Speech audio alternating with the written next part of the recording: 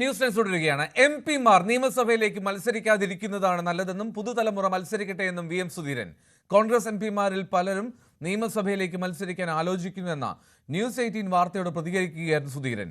താൻ മത്സരത്തിനില്ല എന്ന് വ്യക്തമാക്കിയതാണ്. ഗ്രൂപ്പിസത്തിന്റെ കെടുതികൾ കേരളത്തിലെ കോൺഗ്രസിന് അറിയാമെന്നും സുധീരൻ പറഞ്ഞു. തെരഞ്ഞെടുപ്പിൽ ആരൊക്കെ മത്സരിക്കില്ല എന്നൊക്കെ തീരുമാനിക്കേണ്ടത് പാർട്ടിയാണ്. പിന്നെ എന്നെ സംബന്ധിച്ചിടത്തോളം ഞാൻ നേരത്തെ കൃത്യമായൊരു നിലപാട് സ്വീകരിച്ചിട്ടുള്ള ആളാണ്. പുതിയ തലമുറ വരട്ടെ എന്നുള്ള അഭിപ്രായക്കാരനാണ്. അതുകൊണ്ട് തെരഞ്ഞെടുപ്പ് രംഗത്ത് പുതിയ തലമുറ മിടുക്കന്മാരായ നല്ലൊരു നിര വന്നിട്ടുണ്ട്. പഴയ തലമുറയുടെ ആ ഒരു അനുഭവ പശ്ചാത്തലമുള്ള അവരും പുതിയ തലമുറയിൽപ്പെട്ടവരും എല്ലാവരും ചേർന്ന് നല്ലൊരു കോമ്പിനേഷൻ, ഐക്യജനാധിപത്യ മുന്നണിയുടെ ഒരു നല്ലൊരു കോമ്പിനേഷൻ കേരളത്തിൽ നല്ല രീതിയിൽ വിജയിച്ചു വരും എന്ന കാര്യത്തിൽ ഞങ്ങൾക്ക് ശുഭപ്രതീക്ഷയാണ്. അതൊക്കെ ഒഴിവാക്കുന്നതാണ് നല്ലത് എന്ന കാര്യത്തിലൊന്നും സംശയമില്ല. അത് കഴിയുന്ന നിരുത്സാഹപ്പെടുത്തേണ്ടതാണ്. അതിന് അനിവാര്യമായ സാഹചര്യത്തിലാണ് അങ്ങനെയൊക്കെ സംഭവിക്കുന്നത്. പക്ഷേ ഏതായാലും ഇതൊക്കെ സംബന്ധിച്ച് പാർട്ടി നേതൃത്വമാണ് തീരുമാനിക്കേണ്ടത്. അവരാ കാര്യത്തിൽ യുക്തമായ തീരുമാനമെടുക്കും. കാസർഗോഡ് പെരിയ ഇരട്ടക്കൊലക്കേസിലെ 4ാം പ്രതി അനിൽകുമാറിന് പരോൾ അനുവദിച്ചു. 1 മാസത്തേക്കാണ് പരോൾ.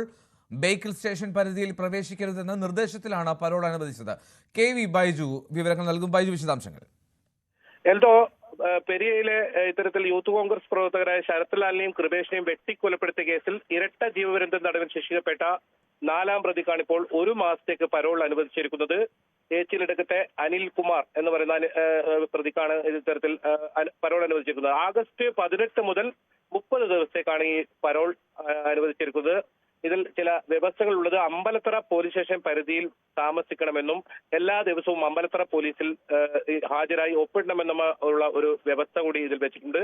അതുപോലെ തന്നെ ബേക്കൽ പോലീസ് സ്റ്റേഷൻ പരിധിയിൽ, അതായത് ഈ കല്ലോട്ട് പ്രദേശം ഉൾപ്പെടുന്ന ബേക്കൽ പോലീസ് സ്റ്റേഷൻ പരിധിയിൽ പ്രവേശിക്കരുതെന്ന കർശന നിർദ്ദേശത്തോടു കൂടിയാണ് ഇപ്പോൾ പരോൾ അനുവദിച്ചിരിക്കുന്നത്.